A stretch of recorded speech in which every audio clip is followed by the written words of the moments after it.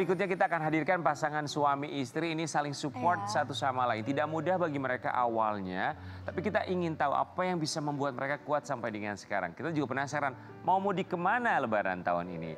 Di pagi-pagi ambiar kita hadirkan ini dia Sylvia Tan dan juga Ko Muats.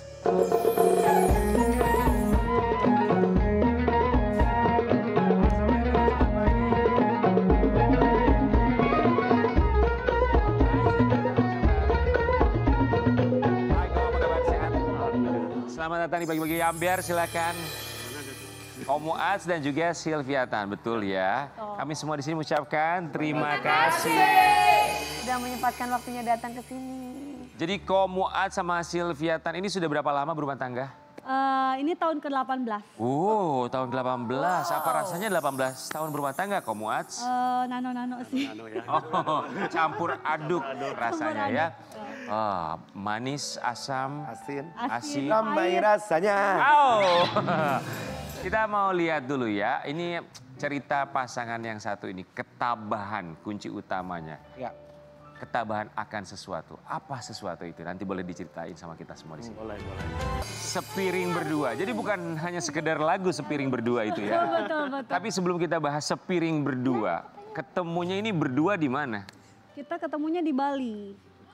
Dalam rangka apa? Orang tuh ke Bali tuh tempat yang begitu indah sekali. Lagi liburan nggak sengaja ketemu atau? Kalau dia kerja di sana. Oke. Kalau aku liburan aslinya.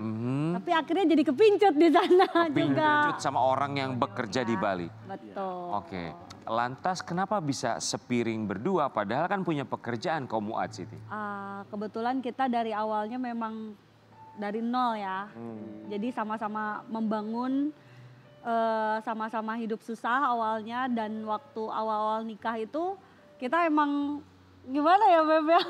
Ya benar-benar dari nol. Benar-benar dari nol, jadi bukan langsung ada gitu. Oke, tapi kalau dari pasangan Sylvia Tan dan juga Ko Muats itu apa ya momen yang tidak akan pernah bisa dilupakan? Kita pernah waktu itu, kan dia juga dulu pernah sempat kerja di pabrik jadi kepala gudang gitu kan. Gajinya juga waktu itu nggak banyak, cuman 1.750.000 ya. Ya betul. Per hari? Enggak, per hari. Sebulan. Sebulan dulu, berarti 18 tahun yang lalu lah. 18 tahun yang lalu. Nah jadi kebetulan kita juga waktu itu ada cicilan KPR ya. Jadi 1.250.000, sisanya itu kita harus cukup. Nah jadi makanya kenapa kita pernah bilang sepiring berdua. Karena waktu itu gajinya nggak cukup dan aku juga belum ada pekerjaan apa-apa gitu. Jadi kita pernah makan mie instan itu selama 1 minggu full mie instan. Dan kita makannya berdua, jadi ditambahin nasi sama ditambahin garam lagi. Banyak ya. Airnya yang banyak.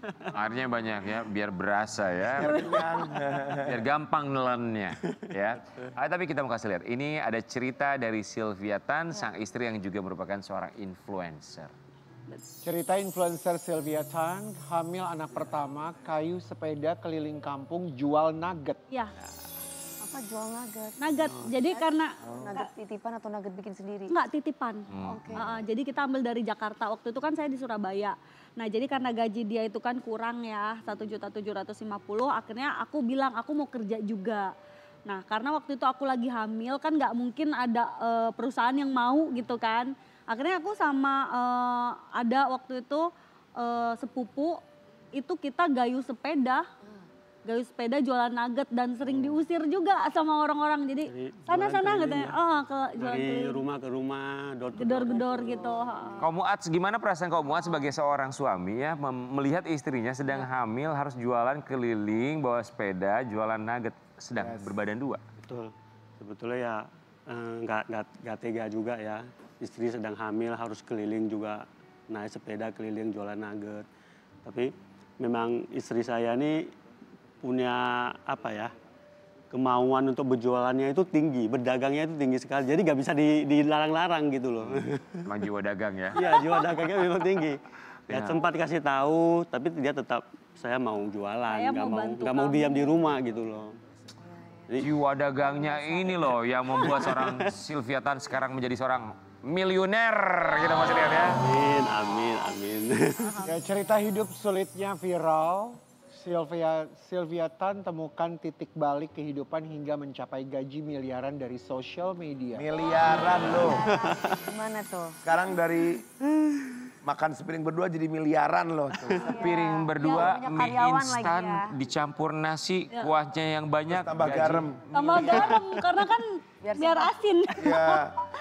Jadi untuk sampai di situ jelas nggak mudah ya, bukan 1-2 tahun, bahkan kita itu harus pernikahan lebih dari 10 tahun lah, mulai kita naik, kelihatan naik. Waktu itu awalnya aku tuh memang bakatnya jualan ya, berdagang. Terus akhirnya waktu itu aku di-hire sama satu platform yang besar di Indonesia, terus aku jadi hostnya di sana. Nah kebetulan ternyata mereka lihat ada prestasi yang besar sekali di dalam diri aku. Sampai akhirnya aku waktu itu di tahun 2021 menjadi top kreator di platform itu. Gitu. Luar biasa loh. Saat diajak oleh platform tersebut, saat itu pekerjaan Komu Ads sebagai apa? Ya waktu itu saya masih berhenti dari kerja di pabrik, terus bantu istri saya jualan di online gitu. Yalah pendapatannya lebih gede kan, istrinya mendingan sama istri gitu kan, kerja sama ya. Maaf Komu Ads, yang artinya dalam rumah tangga Komu Ads dan Sylvia Tan, penghasilan istri lebih besar dibandingkan lebih besar dibanding penghasilan saya, suami. betul. Gimana cara Sylvia Tan bisa membesarkan hati suami? Karena banyak permasalahan rumah tangga, penghasilan istri yang tinggi sehingga ada konflik dalam rumah tangga. Alhamdulillah sih aku dari awal, kita tuh nggak pernah bahas uang ya. Dalam rumah tangga tuh kita walaupun Mengalir aja. Mengalir aja, walaupun dia bilang ini uang kamu gitu dan uang aku juga uang kamu, tapi selama berarti kan kita kenal udah 20 tahun ya, pernikahan 18, berarti selama 20 tahun itu kita nggak pernah sama sekali ngeributin uang. Tapi memang kalau laki-laki, kalau ada ceweknya, tapi berbeda macam-macam tipe ya. Kalau laki tuh biasanya kalau lihat perempuan duitnya lebih banyak, si laki tuh gak mau kalah loh biasanya. Dia termotivasi ingin Lebih sukses juga. lebih sukses, bahkan harus di atas perempuan gitu. Biasanya gitu, karena gini, karena memang harusnya begitu ya Ustadz, bener nggak? Ya arrijalu qawwamuna 'alan nisa. Laki-laki itu pemimpin di atas perempuan. Nah, kalau perempuan itu banyak duit, tetap laki-laki walaupun sedikit tapi dia tetap berkah. Iya. Sebentar Ustadz, izin ya. Betul begitu Dewi Persik? Itu betul. Cuma perlu digarisbawahi, makanya ketika kita kan dari awal kita tidak bicara tentang materi. Betul. Makanya ketika tidak bicara materi, lakinya itu jangan insecure mulu. Ya itu. Nah, jadi dia harus punya jiwa kepemimpinan untuk bisa memimpin istri. Kalau si jangan Kokoma, cuma diam, insecure, nggak pede. setuju.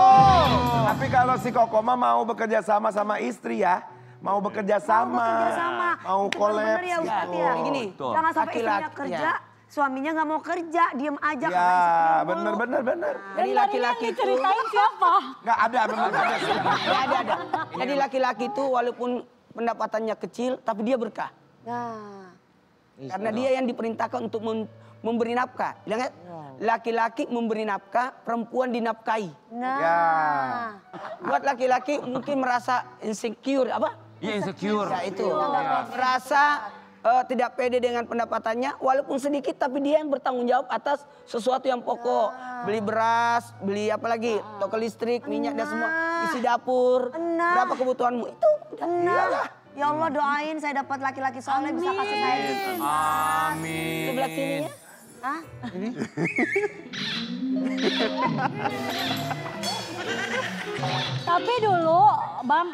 Tapi dulu sebelum saya menjadi yang sekarang, Ya. kan saya dapat uang dari dia, Betul. ya kan?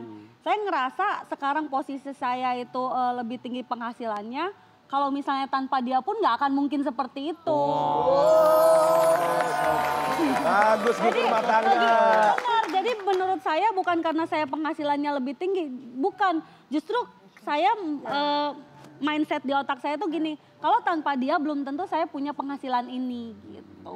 Tapi ya ini dua-duanya tuh berbesar hati, dua-duanya hatinya tuh begitu luas sekali loh, menerima satu sama lain, keren.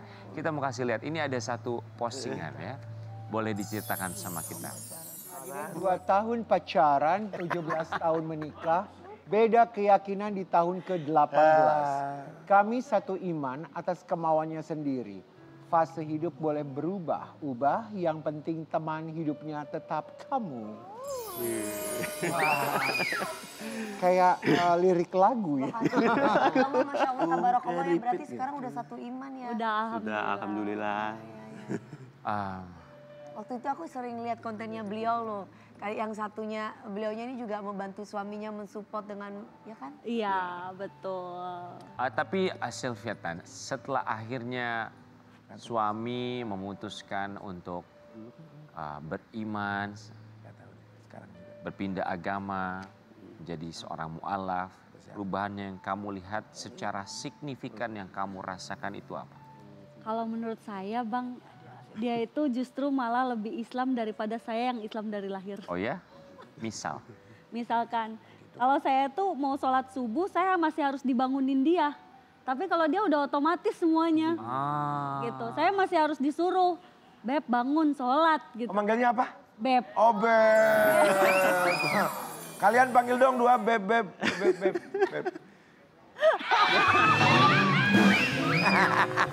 Susah banget ya keluar kata-kata gitu ya. Beb. Lanjut. Apalagi Begitu ya? Lebih rajin. lebih rajin. Terus udah gitu, saya kan harus ngimbangin dia nih. Dulu kan saya belum berhijab ya. Karena dia juga yang meminta, kamu lebih cantik deh kalau misalnya berhijab. Gitu. Akhirnya saya Berhijab. Imbangin juga, kan biasanya banguninnya pas subuh. Kamu kalau gitu kalau mau sholat subuh, kamu jangan tidur dari Isya. Jadi melek terus dari Isya ya. Kalian kalau jadi pasangan pasti gitu. Saling mengingatkan satu sama lain. Amin.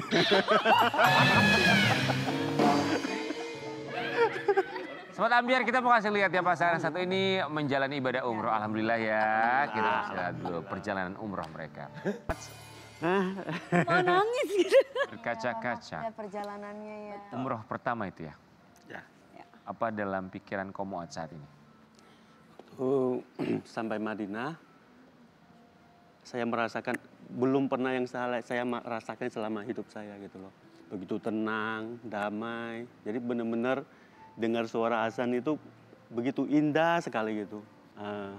Saya bersyukur banget ya dikasih hidayah sama Allah lewat suara azan. Jadi sekarang saya kalau dengar suara azan, kalau belum sholat tuh gak bisa tenang.